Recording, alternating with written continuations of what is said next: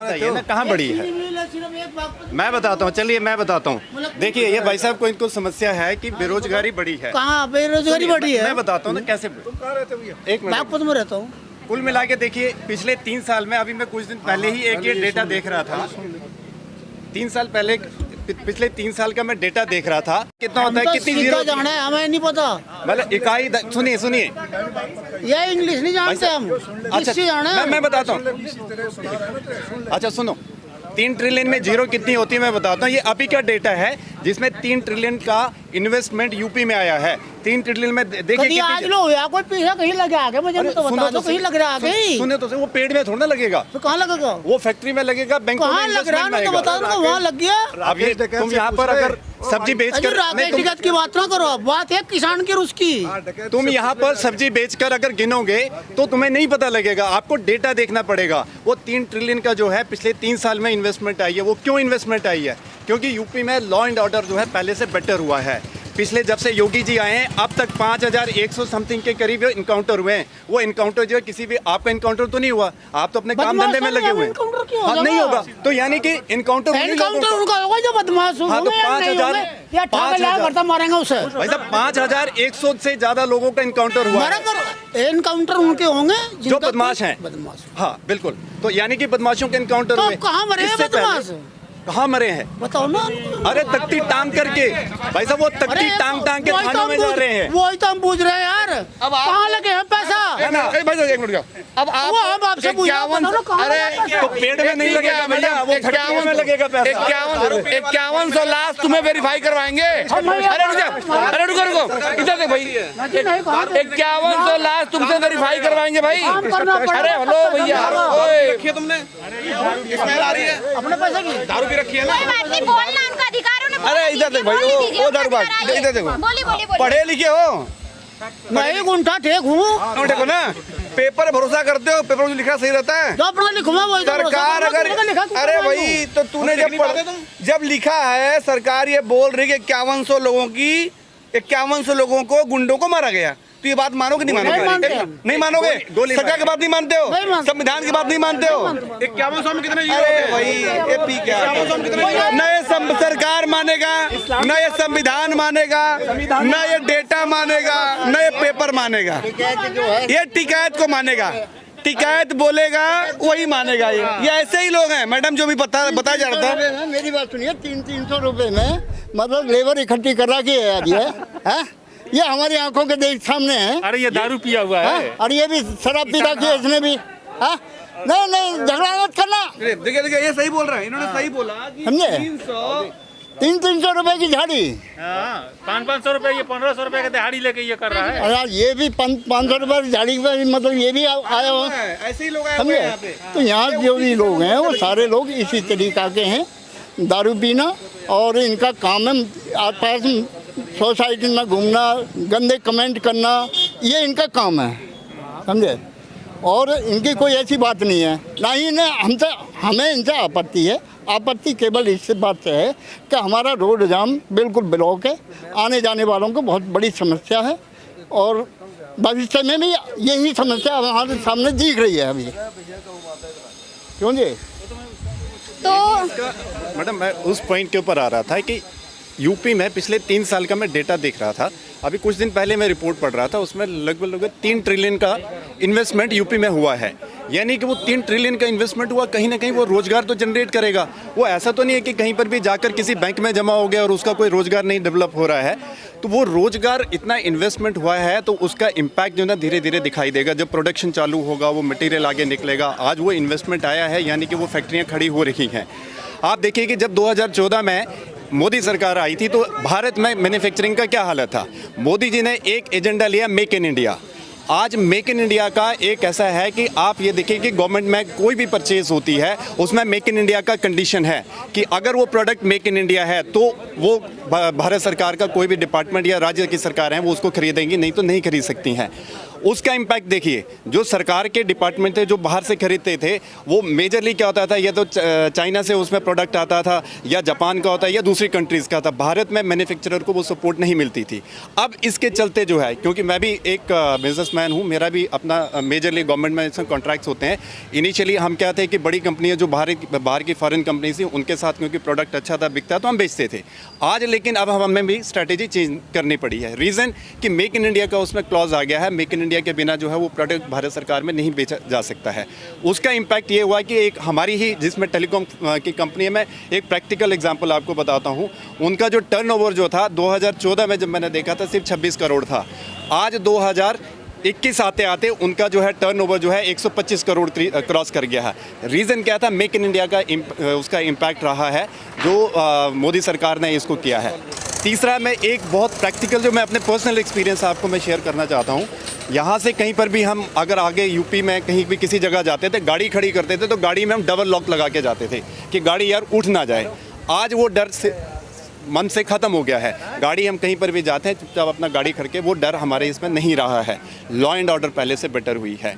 जनता ये देख करके, पब्लिक हमें देख देख के बड़ी खुशी होती है। जो पहले एक जो लॉलेसनेस थी कि कोई भी आकर जो ना धमका के चला जाता था, चेन स्नैचिंग होती थी। चेन स्नैचिंग ऐसे नहीं कि ख़त्म हो गई है, आज की डेट में भी वो हो रही है। लेकिन आप देखेंगे कि यहाँ से बहुत सारे जो गुंडे हैं, बदमाश हैं, वो कहाँ शिफ्ट हो गए? दिल्ली में, क्योंकि दिल्ली पुलिस में भी मेरा बिजनेस है। वहाँ पर उनके एनालिसिस जब होते हैं तो उसमें पीछे एक डिस्कशन में यही अब बात आ रही थी कि ये यूपी का जो शिफ्ट हुआ है, ये बहुत सारे लोग जो है दिल्ली की तरफ भागे हैं। जो अब दिल्ली में वारदातें कर रहे हैं यूपी में नहीं कर रहे हैं, क्योंकि यूपी में पिछले जब से योगी जी आए हैं उसके बाद लगभग 5100 समथिंग एनकाउंटर हुए हैं और 100 से ज़्यादा उसमें जो है इससे अपराधी मारे गए हैं। तो अपराधियों के मन में डर है, वो इस डर के चलते जो है अब ऐसी अपराध की घटनाएं करने से घबराते हैं। तीसरा, अगर स्टेट में किसी भी राज्य में अगर लॉ एंड ऑर्डर की व्यवस्था अगर अच्छी होगी तो हमें तो काम करना है।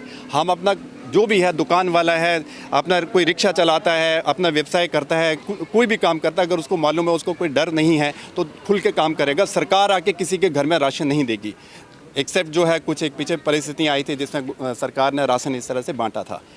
तीसरा, एक विशेषकर वर्ग है जो मुस्लिम वर्ग है, जो कहते हैं कि खास करके सबसे ज़्यादा देखा जाएगा वो बीजेपी का या इसका योगी जी का विरोध करता है। लेकिन उस मुस्लिम समाज के लोगों को भी देखने की ज़रूरत है, उनको ये समझने की ज़रूरत है क्या उनके मौलवियों ने और उनके नेताओं ने उनके साथ न्याय किया है? आज तक उन्होंने न्याय नहीं किया है। उन्होंने व्यक्तिगत लाभ देखा है। उन्होंने सिर्फ एक मुस्लिम पॉपुलेशन को जो है और दूसरी जितनी भी पॉलिटिकल पार्टीज़ हैं उन्होंने उनको अपीजमेंट करते करते जो है मुस्लिम समाज का जो एक कहीं ना कहीं आप ये देखिए कि उनकी जो स्थिति बन गई है वो घर में उस बिगड़ायल बच्चे की तरह है जिसकी हर जायज़ और नाजायज़ मांग को इन सभी नेताओं ने मांगना शुरू किया और उसकी वजह से जो है वो समाज पिछड़ता गया। वो इस समाज में जो एक प्रगति हो रही है, एक डेवलपमेंट हो रही है, उसका हिस्सा नहीं बन पा रहा है। आज भी उनकी सोच का हिस्सा वो छोटा सा एक दायरे में, कहते एक छोटी सी विंडो, वहीं से वो देखकर जो है अपने निर्णय लेते हैं कि मौलवी ने क्या बोला या उनके नेताओं ने क्या बोला, उसके अनुसार वो अपना जो है वोटिंग कर रहे हैं। उनको ये देखने की ज़रूरत है कि क्या ये सारी नीतियों के चलते मुस्लिम समाज का भला हुआ है? नहीं हुआ है। भारत का सबसे बड़ा एक माइनॉरिटी जो वर्ग है वो मुस्लिम समाज है। क्या उसी को समस्या है? क्यों समस्या है? मेरा ये मानना है कि उनका ये समस्या का कारण उनके धर्मगुरु, उनके नेता हैं। भारत में पूरे विश्व का कोई भी ऐसा धर्म या संप्रदाय नहीं है जो कि भारत में नहीं है। पारसी, जो कि मुझे लगता है कि लेस देन 0.5% हैं, आज भारत में फ्लोरिश कर रहे हैं। बड़ा सबसे बड़े बिजनेस जो है हाउसेस हैं वो पारसी हैं। आप देखिए सिख समाज हमारा कितना बड़ी मुश्किल से 2% का सिख समाज है। जैन समाज लेस देन 1% है, लेकिन सबसे ज़्यादा कंट्रीब्यूशन जो जैन समाज का है जो देश की प्रगति में है। मुस्लिम समाज माइनॉरिटी के नाम पर सबसे बड़ा माइनॉरिटी है, लेकिन वो सबसे ज़्यादा पिछड़ा हुआ है। उसके पीछे सबसे बड़ा कारण है उनके धार्मिक गुरु और उनके नेता। उन लोगों ने कभी भी जो है उनको आगे बढ़ने के लिए जो प्रेरित नहीं किया। उनका वही एक दायरा है, छोटी सी विंडो है, वहीं से वो देखकर है कि ये इस्लाम विरोधी है, ये इस्लाम के साथ है, बस उसी के साथ है कि हमें वोट करना है, नहीं करना है, इसी के साथ चल रहे हैं। एक जैसे योगी जी ने यहाँ पर किया है, अपीजमेंट किसी का नहीं, अधिकार और उनको अपॉर्चुनिटी सबको इक्वल है, सिर्फ ये कि उनको उसमें से खरा उतरना है।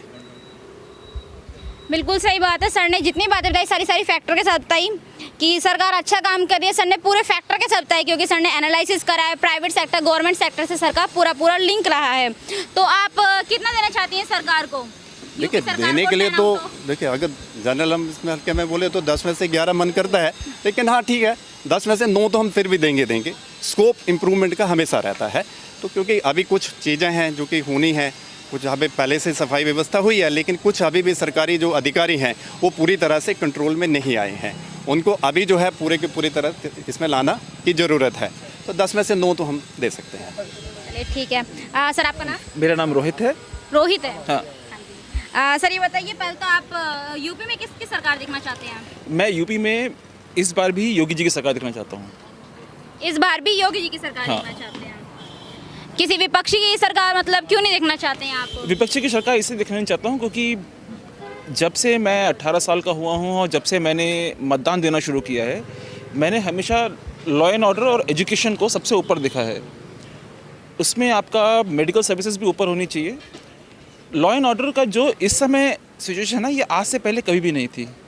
अब आज की डेट में ये है कि अगर हम लोकल इस लेवल पे बात करें तो कभी कभी बहुत सारे इंसिडेंट हैं कि जो लोकल पुलिस वाले हैं वो भी आके आपका हालचाल पूछ लेते हैं। मेरे साथ कई बार सुबह के समय में ये हुआ है कि लोकल पुलिस वाले भी पूछ लेते हैं हालचाल, वो भी आपसे आके हाथ मिला लेते हैं, आपका हालचाल पूछ लेते हैं। तो वो एक बहुत बड़ा चेंज है। दिखने के लिए बहुत छोटी सी चीज़ है पर एक बहुत बड़ा चेंज है, वरना पुलिस कभी भी किसी आम आदमी से ऐसे डायरेक्टली आके हाथ मिलाना नमस्ते ये उनके एटीट्यूड में नहीं होता। तो लॉ एंड ऑर्डर सबसे ऊपर है। अगर मैं एक मध्यम वर्गीय आदमी हूँ, मैं सुबह नौकरी करने जाता हूँ, तो मैं चाहता हूँ कि मैं शाम को अपने घर ठीक टाइम से लौटूँ और जितना मैंने पैसा कमाया है वो पैसा मेरे घर पहुँचे। ऐसा ना हो कि रास्ते में मुझसे छीन ले या कोई चोरी कर ले या कोई डकैती करे या कोई मेरी पॉकेट मारे। तो ये चीज़ें हैं, तो इसीलिए लॉ एंड ऑर्डर के बेसिस पे मैं उनको इस बार भी वोट देना चाहूँगा। बाकी तो कमाना खाना तो मुझे है ही है, वो तो मैं कर लूँगा। तो आपका मानना है कि क्रिमिनल्स कम हो गए हैं यहाँ पे? ठीक है, बिल्कुल सही बात है। तो विपक्षी दल ऐसा बोल रहे हैं कि सपा बोल रही है हम 350 सीटों पे अपनी जीत हासिल करेंगे और इस बार यूपी में से सत्ता हटा देंगे बीजेपी की। तो क्या लगता है आपको, क्या हटा पाएगी वो? मुझे नहीं लगता हटा पाएंगे क्योंकि प्रेजेंट गवर्नमेंट का, योगी जी की गवर्नमेंट का काम दिख रहा है। अगर सबसे बड़ा अचीवमेंट आप देखें तो एक सेंट्रल गवर्नमेंट, एक स्टेट गवर्नमेंट हाथ से हाथ कोऑर्डिनेशन में कैसे काम करते हैं, उसका एक बहुत अच्छा केस स्टडी है यूपी गवर्नमेंट। आपने कभी देखा नहीं होगा यूपी गवर्नमेंट या उड़ीसा गवर्नमेंट को सेंट्रल गवर्नमेंट से लड़ाई करते हुए फंड्स के लिए। मुझे ये भी पता है समाचारों के माध्यम से, जो डेटा आते हैं उसके माध्यम से, कि यूपी में पिछले गत वर्षों में जो प्रेजेंट सेंट्रल गवर्नमेंट है उसने फंड्स को बढ़ाया है। अगर आप इस तरह से बात करेंगे मुझसे तो जो सबसे बड़ी बात मुझे लगती है कि जो पिछली गवर्नमेंट्स के प्रोग्राम्स हैं, जो भी वैल्यूबल प्रोग्राम्स हैं, उसको प्रेजेंट गवर्नमेंट ने रोका नहीं है। हम गत वर्षों में, गत सरकारों में देखते आ रहे हैं कि सबसे पहले आके वो कोई कंस्ट्रक्शन प्रोग्राम पिछली सरकार का चल रहा है तो उसे रोक देते हैं। उसमें क्या होता है, उससे पैसे बर्बाद होते हैं, उसमें टाइम ख़राब होता है। जो पिछला टाइम लगा वो टाइम ख़राब हो गया। तो वो इस तरह से नहीं होता। जो प्रोजेक्ट, आप सबसे बड़ा एग्जाम्पल मनरेगा है। लोगों ने क्या एस्टिमेशन किया था कि सेंट्रल में मोदी नहीं तो स्टेट में योगी जी सारे ख़त्म कर देंगे, पर ऐसा नहीं हुआ। उन्हें लगा कि ये प्रोग्राम गवर्नमेंट पब्लिक के लिए अच्छा है, उन्होंने उसे कंटिन्यू रखा और उसमें फंडिंग और वो किया, उसमें फंडिंग के लिए कोई कमी नहीं छोड़ी। तो आप बदले की राजनीति से ये ऊपर उठ चुके हैं। तो मैं इसलिए, इनका विचार क्लियर है, हमें ये काम करना है, हमें ये काम नहीं करना है, हमें अपराधीकरण स्टेट का नहीं होने देना, हमें यहाँ पे लोगों को मूलभूत सुविधाएं देनी है। तो मैं इस चीज़ से खुश हूँ, इसलिए मैं इस बार योगी जी को दोबारा दिख रहा हूँ सरकार में। अयोध्या में राम मंदिर बना, वो काम पहले शुरुआत कर दिया गया था। विपक्षी बोल रहे हैं कि अभी भी कि आप सरकार हमारी बनाइए और हम राम मंदिर का जितना भी बचा हुआ काम है इतना तेजी से कराएंगे कि मतलब फास्ट सर्विस देंगे हम। तो क्या लगता है कि उन्होंने जो पिछली सरकार में जब रहे तब क्या राम मंदिर का कोई निर्माण कर नहीं पाए, अब आने के बाद क्या कर पाएंगे वो? देखिए, पहले तो ना सबसे बड़ी बात होती है पॉलिटिकल विल। आदमी, जो मैं चाहता हूँ वो मैं करके रहूँगा, जो मैं नहीं चाहता वो मैं नहीं करूँगा, जो जिसमें मुझे लग रहा है मेरा फ़ायदा है उसको मैं इधर उधर दरकिनार करता रहूँगा। जो पिछली सरकारें थी वो, उनको अब क्यों याद आ रहा है कि राम मंदिर भी कोई टॉपिक है। जहाँ तक मुझे याद है, जब मैंने स्कूल पास आउट किया था, कॉलेज पास आउट हुआ था, तो एक अशोक सिंघल साहब थे और ये सब राम मंदिर का आंदोलन लेके चले थे। तो उस समय मुलायम सिंह यादव कहाँ थे, उस समय लालू प्रसाद यादव कहाँ थे, उस समय बहन मायावती कहाँ थी? तो आप ये भी देखिए ना कि राम मंदिर पे लोगों को आप बेवकूफ़ बनाना छोड़ दीजिए। जो होना था वो हो गया। अब जिस समय में होना था उस समय पे हुआ। उन्होंने प्रॉपर कोर्ट की बात मानी, कोर्ट ने अपना आदेश दिया, उसके बाद बिल्कुल सेक्रेटरी सिस्टम से काम शुरू हुआ। तो डेमोक्रेसी में ऐसे ही होना चाहिए। मैं जाके किसी से लड़के किसी को चाकू मार के मैं राम मंदिर नहीं बना सकता। और झूठे वादे जो पहले किए गए थे प्लीज़ उसको बंद करिए। राम मंदिर बना है, उन्होंने अपना कमिटमेंट, योगी साहब ने, मोदी साहब ने अपना कमिटमेंट दिखा दिया है कि हम इसके लिए कमिटेड थे और हमने कर दिया ये। तो रिजल्ट स्पीक्स, रिजल्ट्स बोलते हैं। तो उसके बाद आप फिर किंतु परंतु लेकिन मैं ये होता तो ये कर देता, मैं होता तो वो कर देता, तो वो सब चीज़ें फिर साइड लाइन हो जाती हैं। ये होता है। आपको क्या लगता है कितनी सीटों पे जीत पाएगी इस बार यूपी में सरकार? बीजेपी कितनी सीटों पे आ पाएगी? देखिए, यूपी का आज तक का बेसिक प्रॉब्लम वही रहा है, जातिवाद। मेरे पास तो अपने पर्सनल एग्जांपल्स हैं कि मैंने किसी से पूछा तो एक पर्टिकुलर जाति का होने के बजाय उसको ये भी नहीं पता है कि कैंडिडेट कौन सा है उस पार्टी का, उस पर वोट लगा के आ जाते हैं। यूपी का मेन पार्ट जातिवाद है। जातिवाद की वजह से योगी जी को कुछ वोट खोने पड़ेंगे, कुछ वोट उनको मुस्लिमों की वजह से खोने पड़ेंगे।